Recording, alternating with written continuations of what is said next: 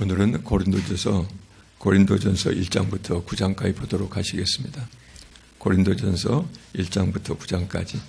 원래는 오늘 3장부터 7장을 봐야 되는데 전주에 로마서에서 할 말이 많아가지고 고린도전서 1장, 2장을 보지를 못했거든요. 그래서 오늘은 고린도전서 1장부터 9장까지 9개 장을 보도록 하시겠습니다. 잠깐 기도하고 말씀 보도록 하겠습니다. 거룩하신 아버지 하나님, 오늘도 감사합니다. 이 바쁜 세상 와중에 저희들이 세상에 머물지 아니하고 이 자리에 있을 수 있도록 저희들에게 사정 허락해 주시고 믿음 주셔서 감사합니다. 이제 저희들이 바울 사도를 통해서 하나님께서 저희들에게 전해주시고자 하는 그 말씀을 받습니다. 우리 모두 겸손한 마음으로 성경에 기록된 말씀 대할 수 있도록 하나님 도와주시옵소서. 감사드리며 예수님 이름으로 기도합니다. 아멘. 고린도전서가 특별히 우리한테 의미 있는, 모두가 다 똑같습니다만은 특별히 오늘날 우리에게 많은 의미를 가진 그런 성경 말씀입니다. 왜 그러냐면은 그때 당시에, 이 성경이 쓰여질 당시에 바울이 주 예수 그리스도를 전도하고 다닐 때, 그때 당시에 고린도라는 한 도시가 지금 오늘날 우리가 살아가는 현대의 이런 문명과 비슷한 이런 특성을 가지고 있거든요. 첫째로 보면은 이 고린도는 상업 중심 도시였어요. 그래서 상대적으로 아주 많은 가난한 자들이 있었지만은 도시 전체적으로는 물질이 풍부했던 상업 중심 이런 큰 도시였었고요. 그래서 오늘날 실은 이제 가난한 자도 많다고 그러지만은 물질적 풍요로 따지면 오늘날처럼 이렇게 물질이 풍요스러운 이런 세상은 없었겠죠. 그래서 물질의 풍요, 그 다음에 상업 중심 이런 것들은 그때나 지금이나 비슷한 이런 특성을 가지고 있겠다, 이렇게 볼 수 있고요. 두 번째, 문화요. 오늘날 우리 그 현대 우리 사람들이 가지고 있는 이 지식 문화 수준이라는 것은 참 대단한 거죠. 대단한 것이죠. 과거의 어디 책을 보면 그렇습니다. 과거 수천 년 동안 인간의 지식이 2배로 뛰는 데는 약 40년, 50년 걸렸는데 최근에는 불과几十년 만에 온 인류가 태어나서 이렇게 온 인류가 문화가 생성돼서 지금까지 쌓은 모든 지식량이 2배로 뛰는데 불과几十년밖에 안 걸린다 할 정도로 그렇게 인간의 지식이 이렇게 흘러넘치는 그런 사회를 살고 있습니다. 그때 당시에 이 고린도 이 도시는요, 헬라 철학, 그리스 문화가 굉장히 번창했던 곳이거든요. 상대적으로 다른 지역보다 훨씬 더 헬라 문화, 그 다음에 헬라 철학이 아주 크게 번성했던, 요즘으로 말하면 인간의 지혜와 지식이, 세상 지혜와 지식이 엄청 이렇게 풍요로웠던 그런 도시였습니다. 그 다음에 이제 종교, 첫째, 물질적으로 아주 부유했던 상업 중심 도시였다. 두 번째, 문화가 헬라 철학의 중심지 중에 하나였다 할 정도로 인간의 지식이 많았던 곳. 세 번째는 종교요. 그때 당시에 고린도 교회에서는 12개 이상의 대형 신전이 있을 정도로 여러 종교가 있었거든요. 그래서 오늘날처럼 다종교 시대를 우리가 살아간다고 그랬죠. 그래서 그때 당시에도 고린도 교회에서는 여러 종교들이 이렇게 한꺼번에 이렇게 혼잡되어 있었던 그런 상황이었습니다.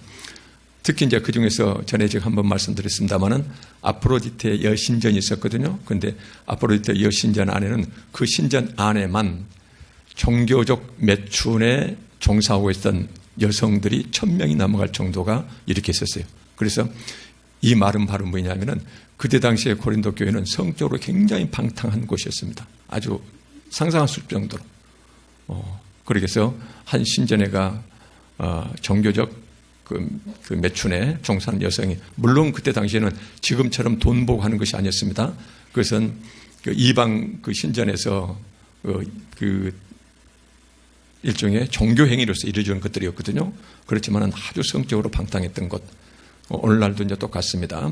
오늘날도 이 성적인 부도덕성은 말할 수가 없죠. 그래서 성적 타락과 술, 담배, 마약 이런 것들이 오늘날 어디에서나 이렇게 이제 범죄처럼 우르거리고 있는 그런 시대이기 때문에 어찌 보면은 상업 중심, 물질적으로 풍요했던 곳, 그 다음에 문화가 번창했던 곳, 그 다음에 종교는 아주 다종교 시대였던 곳, 그 다음에 성적으로 아주 타락했던, 그래서 오늘날 우리하고 비슷한 그런 문화 속에서, 문명 속에서 바울은 이 고린도 교회 교우들에게 오늘 이 서신서를 쓰고 있는 것입니다. 그래서 세상적으로 보면은 그렇게 교회 다니는 그리스도인들이 종교적 순수성을 지키기가 힘든 그렇게 방탕했던 도시, 물질적으로 다종교, 그 다음에 이런 세상 지혜, 성적으로 이렇게 방탕 타락했던 것, 이 속에서 그 당시에 이제 고린도 교회가 처했던 상황이 있습니다.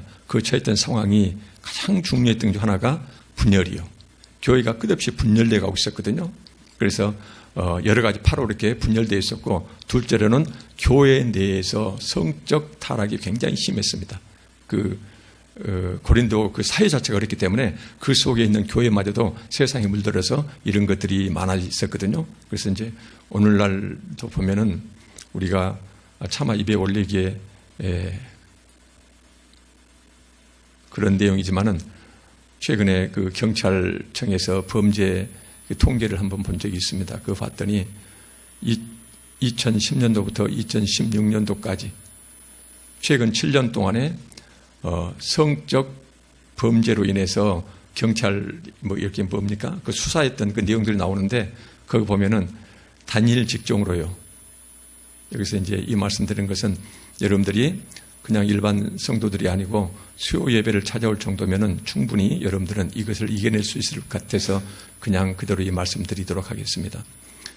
최근 7년 동안에 한국에서 벌어진 성적 이런 범죄 때문에 수사에 들어갔는데 그 수사를 받았던 직종 중에서 단일 전문 직종으로 가장 많은 전문 이제 직종으로 해야 되겠죠. 그것이 개신교 교회 목회자로 이렇게 통계가 나와 있어요. 경찰청 통계가. 이제 이걸 보고 있는데, 그래서 이제 여러분들한테 이 말씀드린 것은 우리가 우리 스스로가 손가락질하다는 것이 아니고 우리 스스로를 돌아볼 이제 그런 것도 되지만은 한국 교회를 위해서요. 문제는 그러한 성적 비행이 이루어지고 있는데 제대로 이게 교회 내에서 그렇게 정리가 안 되고 특히나 이제 대형 교회 같으면은 그대로 이제 지나간다는 것이거든요. 이것은 우리가 다시 한 말씀드리면 우리는 절대로 개교회주의자들이 아닙니다.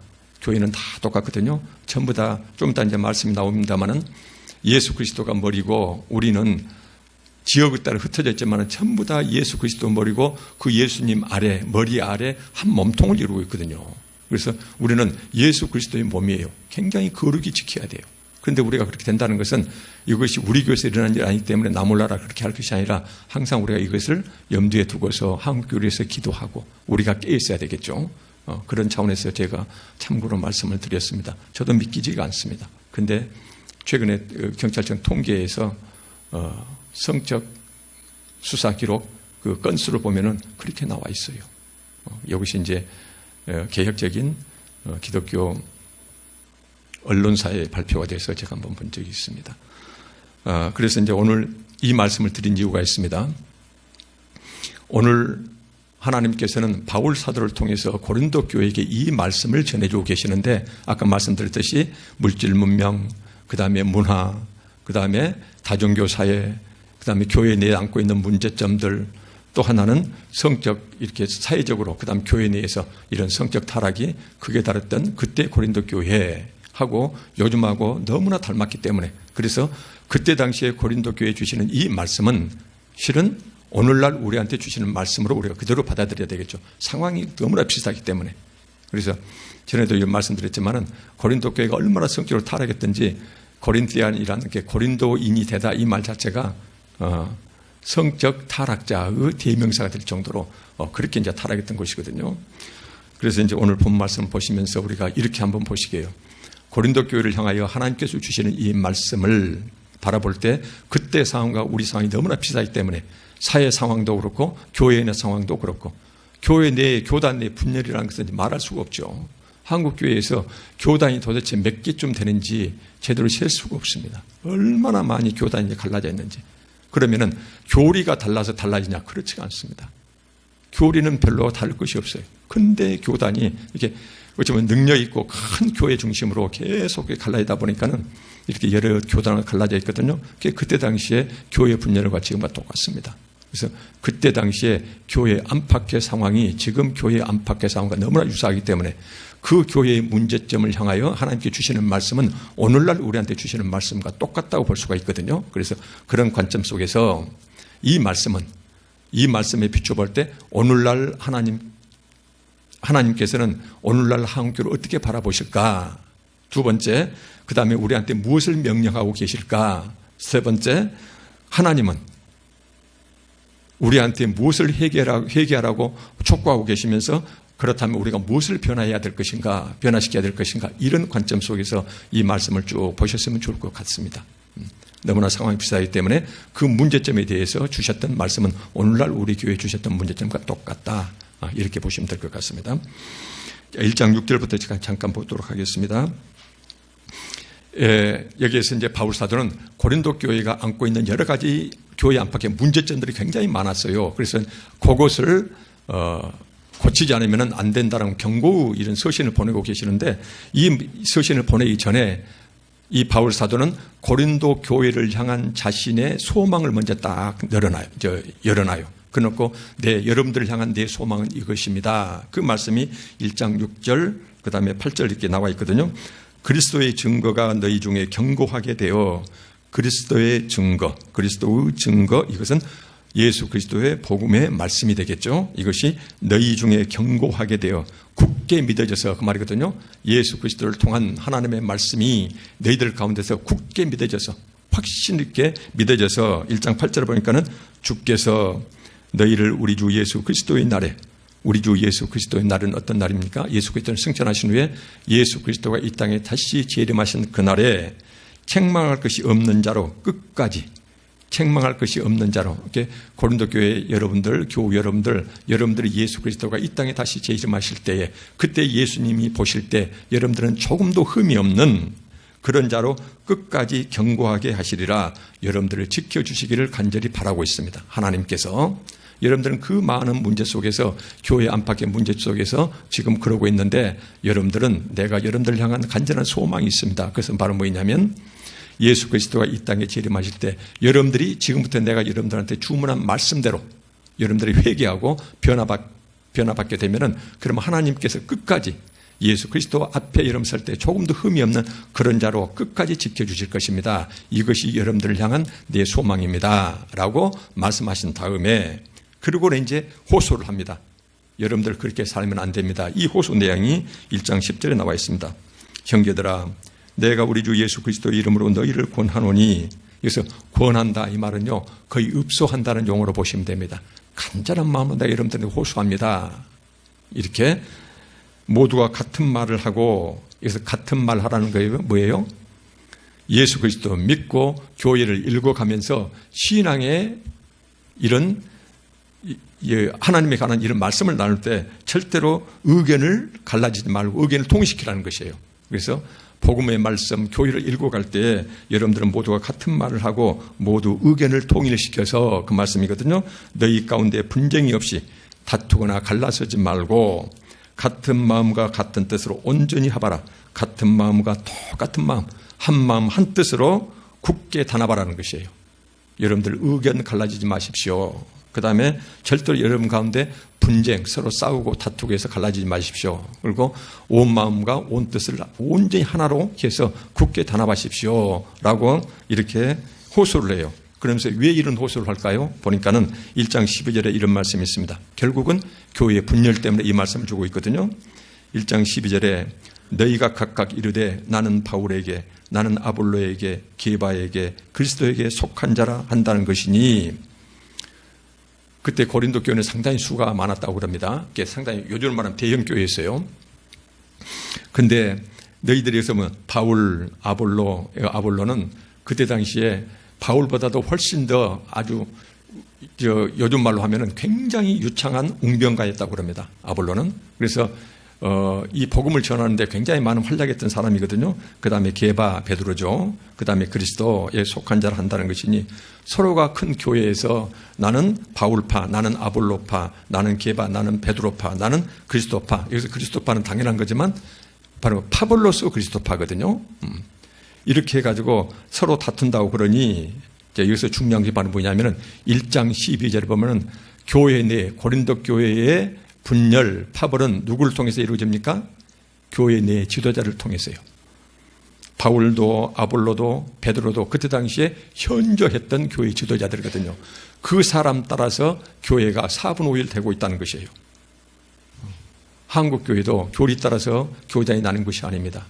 교리 따라서 물론 이제 우리가 일제시대를 지나고 나서 해방 후에 교단이 나뉘는데 나눌 때 그때 보면은 친일파들이 속했던 교단하고 부끄럽지만 우리 교단도 똑같습니다. 그 다음에 그때 당시에 일제시대 때 목숨 걸고 항거했던 사람들, 이런 사람들이 추록해서 했던 이런 교단이 서로 갈라지고 이제 그렇습니다. 근데 이제 그 후로는 해방 후에 갈라진 이 교단이 지금은 엄청 어떤 통계를 보니까 60개인가 교단이 이렇게 나눠져 있대요. 근데 똑같은 성경, 똑같은 찬송가 보거든요. 교리도 별로 다른 것이 아무것도 없어요. 근데 결국은 바로 뭐냐면은 초대형 교회 이름 있는 목회자들 중심으로 해서 교단이 이렇게 갈라지기 시작했어요. 이게 똑같습니다. 1장 12절 말씀이. 나는 바울파, 아볼로파, 게바파. 그래서 결국은 교회 지도자들을 따라서 계속 분열되어가는 이것을 1장 12절로 똑같이 지금 나와 있어요. 그러면서 13절에 보니까는 여기서 굉장히 중요한 의미가 있습니다. 1장 13절에 이렇게 너희들의 한 교회가 여러 파로 분열돼서 나뉘었다고 그러는데, 그러면서 1장 13절에 갑자기 그리스도께서 어찌 나뉘었느냐라는 말씀이 나와요. 이 말씀은요, 단어 뜻 그대로 하면은 어떻게 해서 그리스도의 한 몸이 여러 조각 쪼개졌느냐 그 말씀이죠. 근데 여러 조각으로 이렇게 나뉘었느냐, 분열되었느냐, 또는 여러 조각으로 나누어 놨느냐. 그런데 그 대상이 누구예요? 그리스도를, 너희는 그리스도의 몸을 어찌 그렇게 여러 조각으로 나누어 놨느냐. 지금 그 말씀이거든요. 왜 이런 말씀을 했을까요? 그래서 이제 우리가 교회에 대한 성경에서 교회를 뭐라고 말씀하신지 알아야 되겠죠. 에베소 1장 22절에 이런 말씀이 있습니다. 성경에서 교회란 어떤 의미를 가지고 있는가 그 말씀이. 왜 여기에서는 한 교회가 조각조각 나뉘었는데 너희들이 어찌 감히 그리스도의 몸을 여러 조각으로 지금 이렇게 나눠놨느냐 그 말이거든요. 쪼개놨느냐 지금 그 말씀이거든요.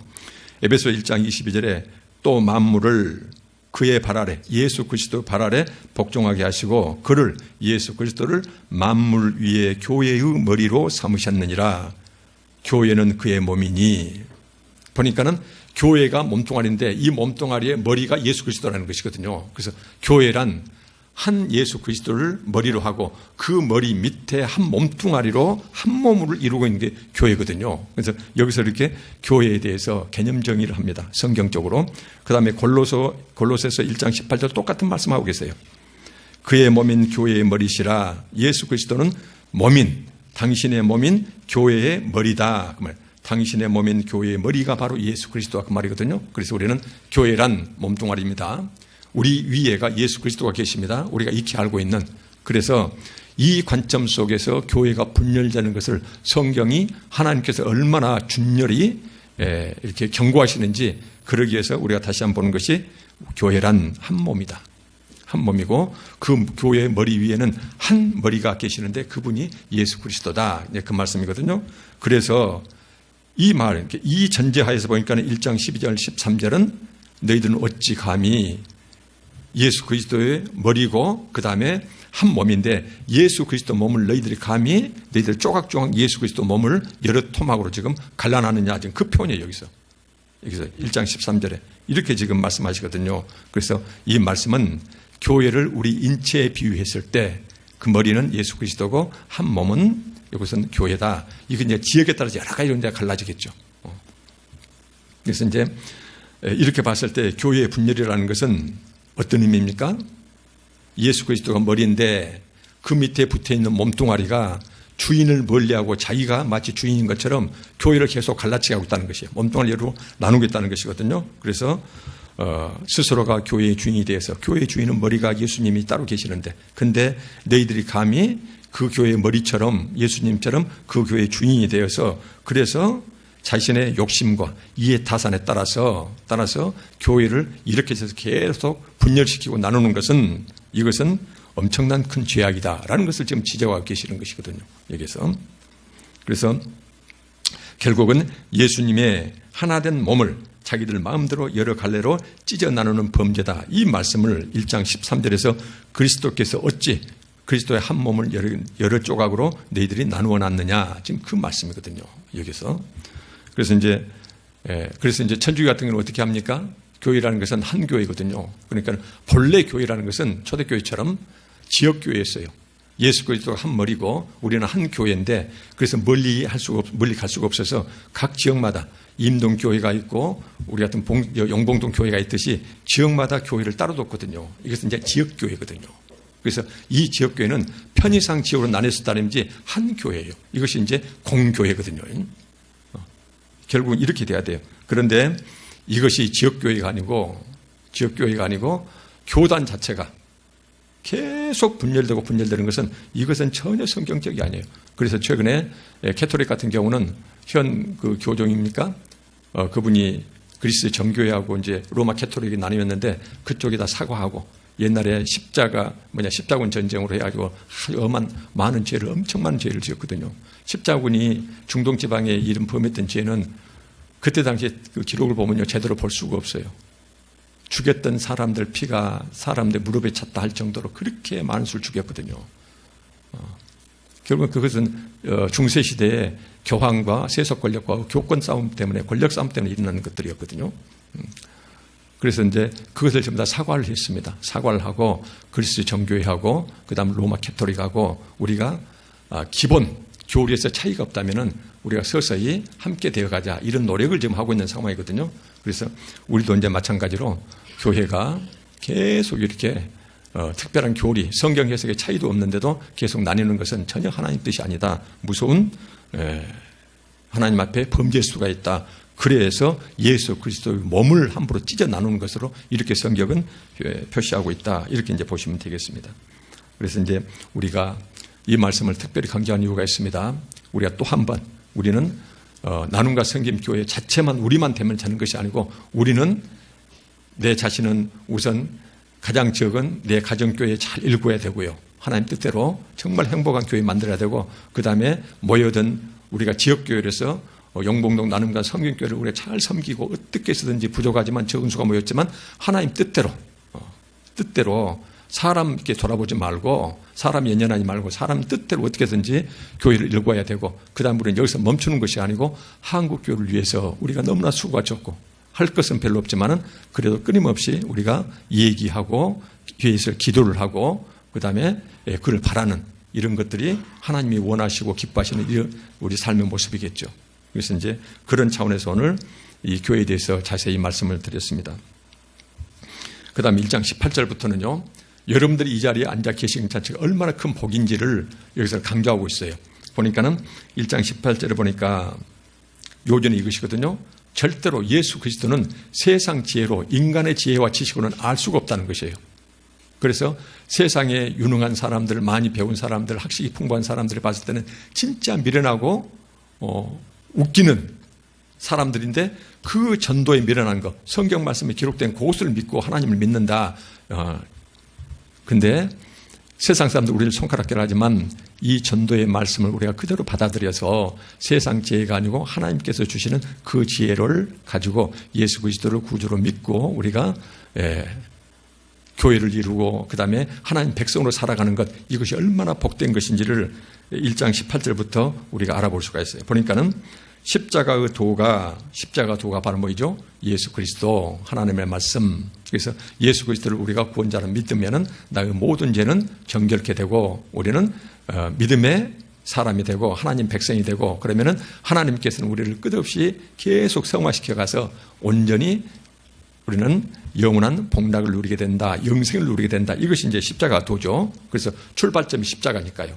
세상과 하나님 백성의 그 출발점이 십자가를 통해서 들어오느냐 아니면 십자가를 멀리하고 살아있냐 이 말씀이니까 십자가도 진리가 멸망하는 자들에게는 여기서 멸망하는 자들에는 여기서는 우리가 시제를 보면은요 지금 한창 멸망당하고 있는 자들은 현재 진행형이에요.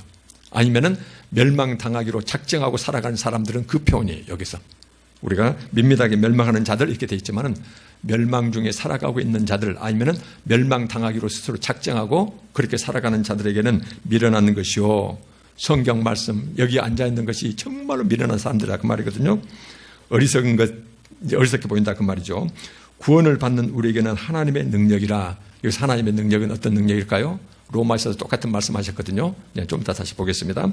21절에 보니까는 하나님의 지혜에 있어서는, 자, 이 세상을 주관하시는 하나님의 지혜는 어떤 지혜냐면은 이 세상이 자기 지혜로, 인간 세상의 지혜로 하나님을 알지 못함으로, 그래서 하나님께서는 소위 어리석게 보이는 전도의 말씀으로, 이 전도에 미련한 것으로 믿는 자들을 구원하시기를 기뻐하셨도다. 이런 기뻐하셨도다 이 말씀인데 작정하셨도다 이렇게 해석도 가능합니다.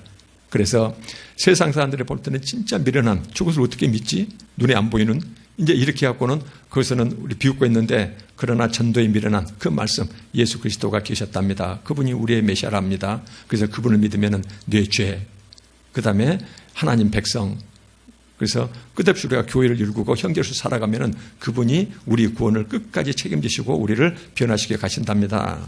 이것을 믿는 자들을, 하나님은 그런 자들을, 다른 세상 사람들은 손가락에 하고 있는데 미련하다고 그런 자들을 구원하시기로 작정하신 하나님, 지금 그 말씀입니다. 그러면서 1장 22절을 보니까 유대인은 표적을 구하고 하늘로부터 오는 기적을 행하면 내가 당신 믿겠다 이 식이죠.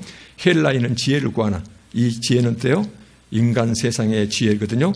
자신의 이해 범위 내에서 이해되면 믿겠다는 것이에요. 여기서는 헬라인은 지혜를 찾으나 1장 23절에 우리는 십자가에 못 박힌 그리스도를 전하니 유대인에게는 거리끼는 것이요. 믿으러 갔다가 예수 그리스도 십자가에서 힘없이 돌아가셨다네. 그 말은 뭐예요? 가로막는 장애물이다. 지금 그 말입니다. 그래서 십자가의 그 예수 그리스도 힘없이 돌아가신 그것 자체가 도저히 믿어지지 않는다는 것이거든요. 그래서 예수 그리스도를 믿고 구원받는 백성이 되는 크나큰 장애물이 되어 있다. 힘없는 십자가가. 이것이 유대인에게는 거리끼는 것이요. 거리끼는 것은 그것을 넘어가야 되는데 큰 장애물이 되어 있다. 그 말이거든요. 넘어가지 못한다. 그 말씀이고, 이방인에게는 미련한 것이로되 바보 같은 사람들, 어리석은 사람들, 쯧쯧이냐 이런 식이죠. 1장 24절에 오직 부르심을 받은 자들에게는 유대인에게나 헬라에게나 그리스도는 하나님의 능력이요 하나님의 지혜라는 것입니다. 그래서 여기서 하나님의 능력이 하나님의 지혜, 이 말씀은 로마서 1장 16절 똑같은 말씀이 나와 있습니다. 내가 복음을 부끄러워하지 아니하노니 이 복음은 모든 믿는 자에게 구원을 주신 하나님의 능력이 됨이라. 먼저는 유대인에게요 그리고 헬라인에게로다. 바울 사도는 로마서 1장 16절에 썼던 이 말씀을 그대로 고린도전서 1장 20절에 다시 한번 또 말씀합니다. 성령께서 동일한 말씀 주셨다는 것이죠. 그래서 부르심을 받는 자들, 그래서 그것을 믿는 자들, 그 전도에 미련한 그 몇 마디 말씀을 믿고 예수 그리스도를 구주로 받아들인 사람은 유대인에게나 헬라인에게나 로마서 1장 16절과 똑같이, 그는 그리스도는 하나님의 능력이다. 이 하나님의 능력은 바로 뭐예요? 우리를 구원해 놓을 수 있는 능력이죠. 그래서 능력이라는 것은 죄인들을 구원하실 수 있는 능력이고, 또 하나는 그들을 하나님 백성으로 변화시킬 수 있는 능력이요. 예수 그리스도 밖에 있는 자들을 예수 그리스도 안으로 불러들이는, 구원을 시켜주는 능력이고, 구원을 받게 하는 능력이고, 이 안에 들어온 자를 하나님 백성으로 온전한 백성이 될 때까지 계속 성화시켜 갈 수 있는, 변화시켜 가는 그런 능력. 그래서 구원에 예수 그리스도 안으로 불러들이는 능력, 이 안에 들어온 자를 끝없이 하나님 백성으로 성화시켜 갈 수 있는, 변화시켜 갈 수 있는 이런 하나님의 능력이다라는 것이 뭐예요? 복음이요. 전도에 미련한 그 복음 몇 마디, 이것이 바로 하나님이 그를 믿는 자들을 구원하시기로 작정하셨다. 지금 그 말씀이죠. 그래서 이렇게, 그래서 이제 우리가 이 말씀을 볼 때 세상 지혜로는 예수 그리스도를 도저히 구주로 받아들일 수가 없다. 이 자리에 앉아있을 수가 없다. 근데 그 세상 사람들이 손가락질을 미련한, 그것은 여러분들은 그것을 온전히 받아들여서 하나님의 작정 가운데 들어왔다는 것이거든요. 그래서 여러분들은 그 하나님의 능력, 예수 그리스도 밖에 있는 자를 안으로 불러들이는 능력, 이 안에 들어온 자를 하나님 백성을 끝없이 변화시켜 갈 수 있는 그 능력, 그 능력을 은혜로 입고 있는 자들이다 그 말이거든요. 그래서 우리가 그냥 흘려들 수 있는 이런 말씀이지만, 여기 앉아있는 것이 얼마나 큰 복인지 여러분들이, 저도 마찬가지요, 철저히 느꼈으면 좋겠습니다. 인간에게는 반드시 죽음이 다가옵니다. 피할 수가 없습니다. 근데 그 죽음 다음에 오는 세상이 어떤 세상인가에 대해서 사람들은 눈에 안 보이기 때문에 그냥 지나쳐가요. 가는데 우리는 현세와 내세를 함께 바라보는 자들이거든요. 그것을 함께 느낀다고 그러면은 전에도 전 시간에 말씀드렸지만 내세까지 함께 바라보면서 내가 이 세상 살아간다고 그러면은 내가 육신 가지고 살아가면서 이 세상에서 겪게 되는 힘들고 어려운 것, 부족한 것, 결핍, 그것이 대수겠습니까? 영원한 삶이 있는데 오늘 하루 동안에 내가 누구 말대로 라면 삶아 먹는데 평생 동안 내가 큰 좋은 집에서 호의호식하면서 살 수 있는 그것이 준비되어 있어요. 저는 오늘 하루 동안은 내가 잠깐 오늘 재수 없어도 괜찮아요. 이런 사람들은 이 세상 살아갈 때 똑같은 힘들고 어려운 상황을 당한다 하더라도 그것을 거뜬히 이겨낸다는 것이죠. 우리가 전에 봤던 회복 탄력성이 굉장히 높은 사람들이요. 그래서 여기에서 우리가 이 자리에 있는 것이 얼마나 복된 것인지 여러분들은 실은 남 못지않는 대단한 학식과 지혜, 지식을 갖추고 계신 분들인데 불구하고 손가락질 아니하고 이것을 받아들였다는 것이에요. 여기서 정말로 큰 복입니다. 그 다음에 이제 이렇게 이제 복음은 육에 속한 사람들은 멸망당하기로 작정하고 살아가는 자들인데 이런 사람들에 대해서 2장 14절에 이런 말씀이 있어요. 2장 14절 말씀에 육에 속한 사람은 예수 그리스도를 받게 있는 사람들입니다. 하나님의 전도의 이런 복음에 대해서 손가락질하고 비웃는 사람들입니다. 이 육에 속한 사람은 하나님의 성령의 일들을 받지 아니하나니 하나님의 성령의 일들이 뭘까요? 복음, 예수 그리스도 구주로 믿고 죄사함 받고 하나님 백성이 되고 끝없이 말씀으로 자기 자신을 쳐가면서 살아가는 이런 모습이 되겠죠. 이거 이제 성령 일들을 받지 않으니 이는 그것들이 그에게는 어리석게 보이며 또는 그것들을 알 수도 없나니 이러한 일, 영적인 일은 영적으로만 분별되기 때문이다. 여기서 나옵니다. 그래서 이러한 영적인 예수 그리스도를 구주로 믿고 내가 예수 그리스도를 믿으면서 하나님 백성으로 이렇게 세상 살아가는 것들, 하나님 말씀대로 살아가려면 노력하는 것들, 이러한 것들은 영적인 것 때문에 영적인 것으로만 이해되고 깨달아지는 것이지 세상 기회로는 도저히 이것이 이대로 이해가 될 수가 없다는 것이거든요. 그래서 이 말씀들은 우리가 예수 그리스도를 믿는 사람들이 얼마나 하나님의 예정하심, 작정 가운데서 우리는 구원받는 자들이다. 이렇게 이제 보셔야 되겠죠. 그런데 우리는 이렇게 이제 행복자거든요. 이렇게 행복자들인데 우리한테 이제 드디어 경고 말씀이 들어와요. 너희들은 이렇게 크나큰 복을 받고 그 다음에 예수 그리스도를 믿고 전도의 미래라는 것을 믿고 이 자리에 와 있는데 그러나 너희들 조심하라. 이 말씀이 3장 16절에 이런 말씀이 있어요. 너희는 누구죠? 우리 개개인을 그리스도인 개개인을 말씀하신 것이고 너희 복수라면은 교회를 말씀하시죠. 우리가 모여있는 교회. 그래서 내 개인과 우리 모임으로서 교회 하나님의 성전인 것과 하나님의 성령이 너희 안에 계시는 것을 알지 못하느냐. 하나님의 성령이 우리 안에 계시기 때문에 우리는 하나님의 전이 되는 것이에요. 하나님의 집이 되는 것이에요. 그래서 우리가 성전이 되는 것이죠. 알지 못하느냐. 3장 17절에 누구든지 하나님의 성전을 더럽히면 하나님이 그 사람을 멸하시리라. 하나님의 성전은 거룩하니 너희도 당연히 그렇게 거룩해야 된다. 지금 이 말씀이에요. 왜 이 말씀을 주셨을까요? 지금 고린도전서 1장부터 3장까지는요. 교회의 분열에 대해서 계속 준엄한 심판의 말씀이거든요. 교회의 분열. 여기에서는 누구든지 하나님의 성전을 더럽히면 여기서 특별히 두 가지가 있습니다. 첫째는 뭐냐면은 교회를 계속 분열시키는 것이에요. 너는 교회의 머리가 아니다. 교회의 주인이 아니다. 함부로 네가 교회를 능력 있는 사람이 있다 해서 자기 추종하는 사람을 데리고 교회를 이렇게 나누지 말라 그 말이거든요. 이렇게 교회를 분열시키는 것 자체가 바로 뭐냐면은 성전을 더럽히는 것 지금 이렇게 이제 보고 있습니다. 또 하나는 교회 내에서 음행이 이루어지는 것 이 두 가지요. 특히 이제 고린도 교회가 범했던 죄. 그래서 교회 분열시키는 것 이것이 이제 교단끼리 분열도 되지만은 교회 내에서도 똑같습니다. 교회 내에서도 교회가 크고 그러면은 예를 들면 특정 장로, 특정 목회자 따라서 이파 저파 갈라지면서 이렇게 서로 갈라지는 게 있잖아요. 이것은 굉장히 무서운 죄예요. 여기서 보면. 여기서는 교단이 갈라진 것이 아니었습니다. 지금 한국교회에서는 교단이 갈라지고 있지만은 여기에 고린도 교회에서는 교회 내에서 서로 이제 분파 갈렸다 이 말씀이거든요. 그래서 우리가 교회 내에서 파벌이 생기는 것, 호흡으로 따져가지고 서로 이렇게 그룹핑해서 이렇게 갈라지는 것은 진짜 우리가 범해서는 안 될 것이에요. 그래서 오늘 고린도 교회 이 말씀을 보시면서 교회 내에서 항상 속 상하더라도 항상 그분을 위해서 우리가 기도하면서 아까의 말씀처럼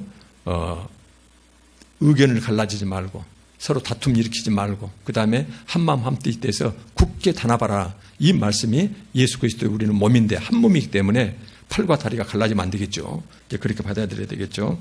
그러면서 누구든지 하나님의 성전을 넓히면 하나님께서 그 책임을 묻겠다라고 지금 말씀하신다는 것이거든요. 이것이 얼마나 혹독한 경고의 말씀인지를 모릅니다.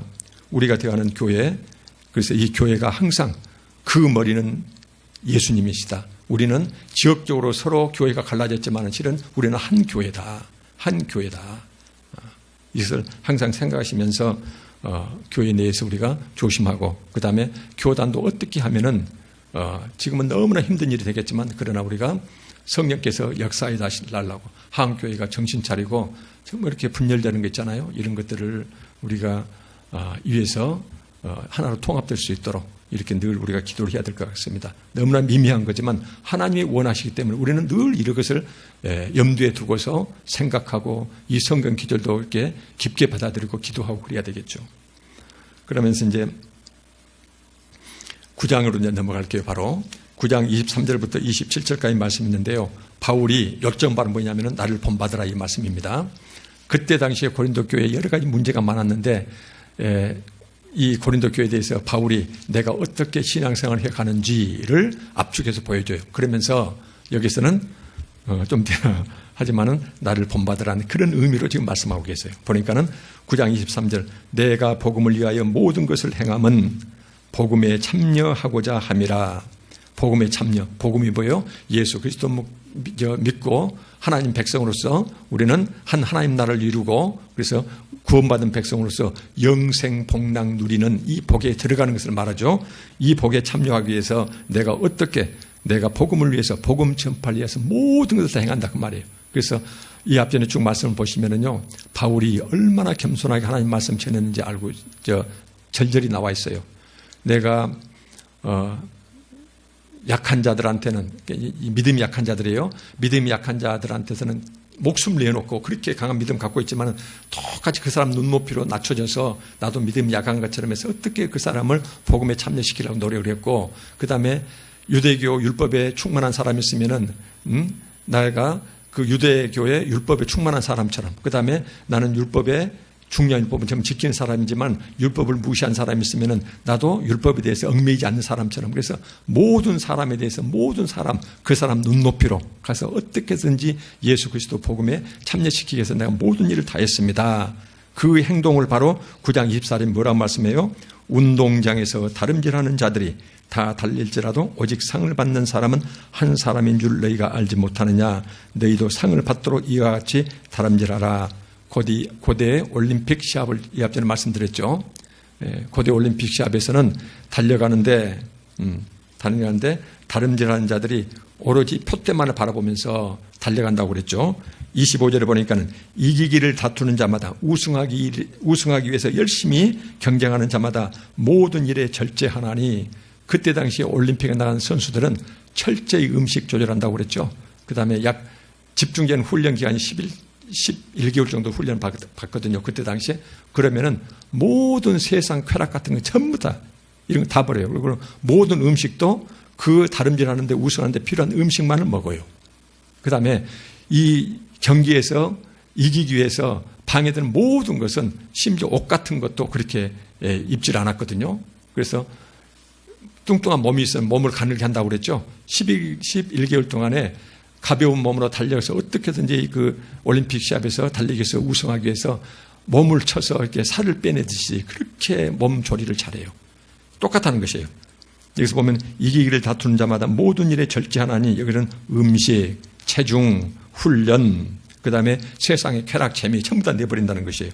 그들은 썩을 그렇게 올림픽에서 열심히 훈련하는 11개월 동안 그런 자들은 그들은 썩을 승리자의 관을 얻고자 하되 곧 썩어 없어질 그 승리자의 관 이것을 얻기 위해서 그렇게 노력하는데 우리는 썩지 아니할 것 예수 그리스도 안에서 영원한 생명을 누리는 하나님 백성으로서 이 복을 얻기 위해서 나는 운동장에서 다름질한 사람처럼 그렇게 열심히 했다 그 말이에요. 그러면서 9장 26절에 보니까는 그러므로 나는 다름질을 하기를 방향성 없는 것 같이 아니하고 싸우기를 허공을 치는 것 같이 아니하며 그랬죠. 그때 당시 달리기를 그랬다고 그랬죠. 이 달리기를 하면은요, 쭉 이제 있으면은 저기 200m, 400m가 있으면은 200m, 400m 꼬린 지점에가 심판자가 앉아 있어요. 의자에.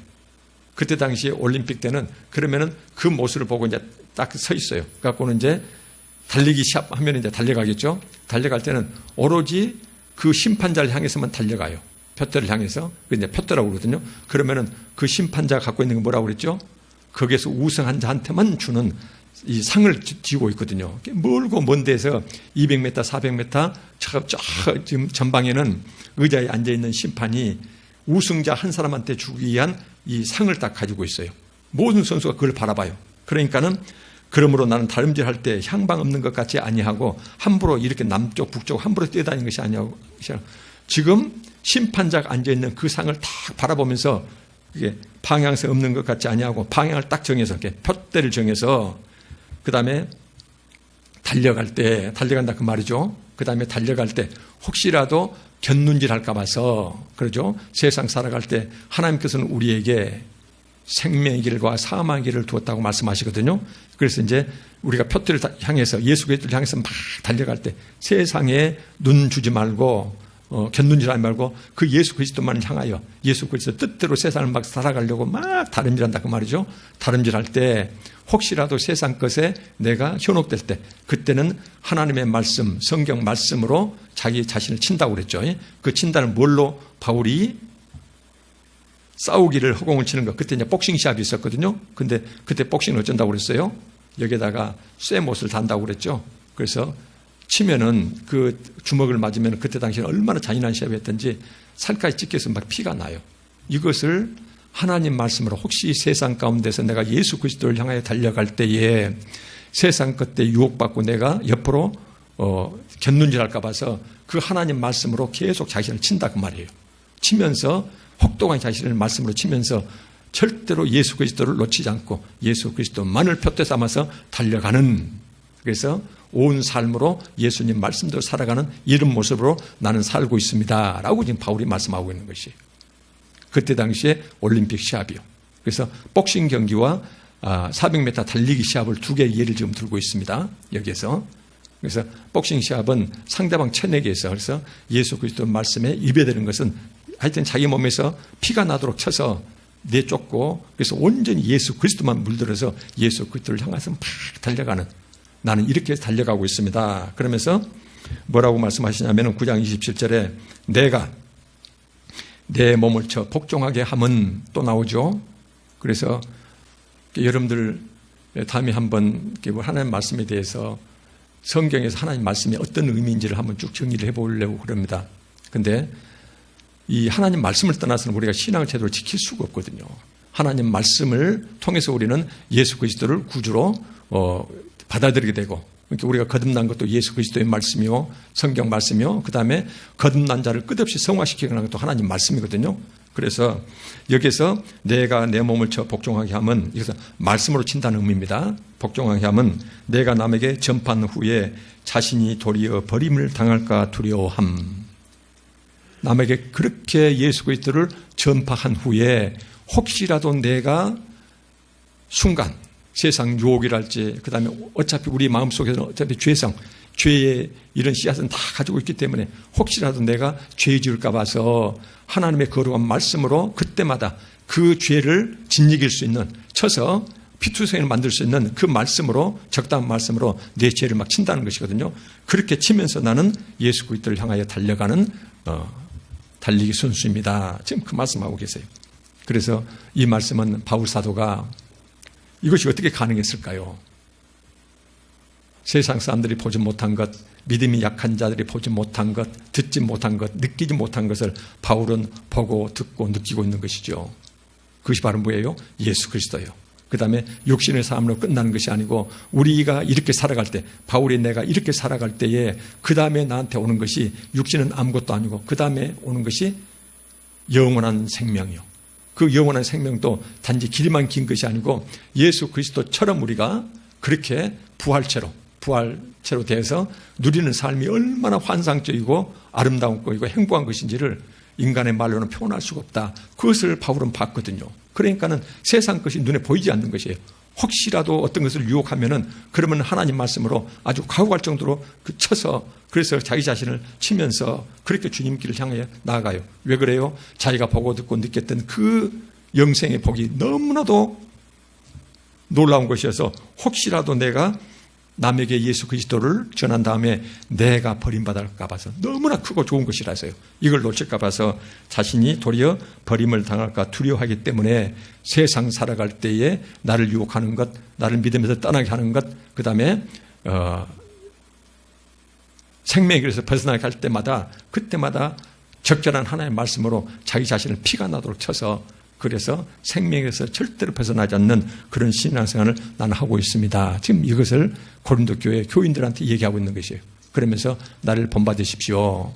여러분들은 교회 내에서 파벌이 갈라지는데 예수님의 몸뚱아리를 감히 주인도 아닌 그 종이 주인의 몸뚱아리를 함부로 이렇게 나누는 것이 된다. 무서운 범죄입니다. 그 다음에 항상 한 마음으로 다투지 말고 일심동체에 대해서 굳게 단합하십시오. 이것을 지금 여기서 말씀하고 계세요.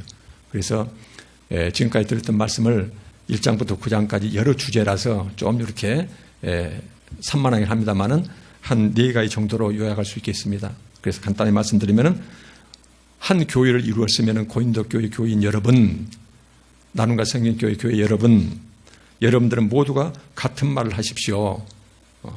의견이 갈라지지 말고 분쟁이나 싸워서 갈라지지 말고 그 다음에 항상 같은 마음과 주 예수 그리스도를 향해서 같은 마음과 같은 뜻으로 굳게 단합하십시오.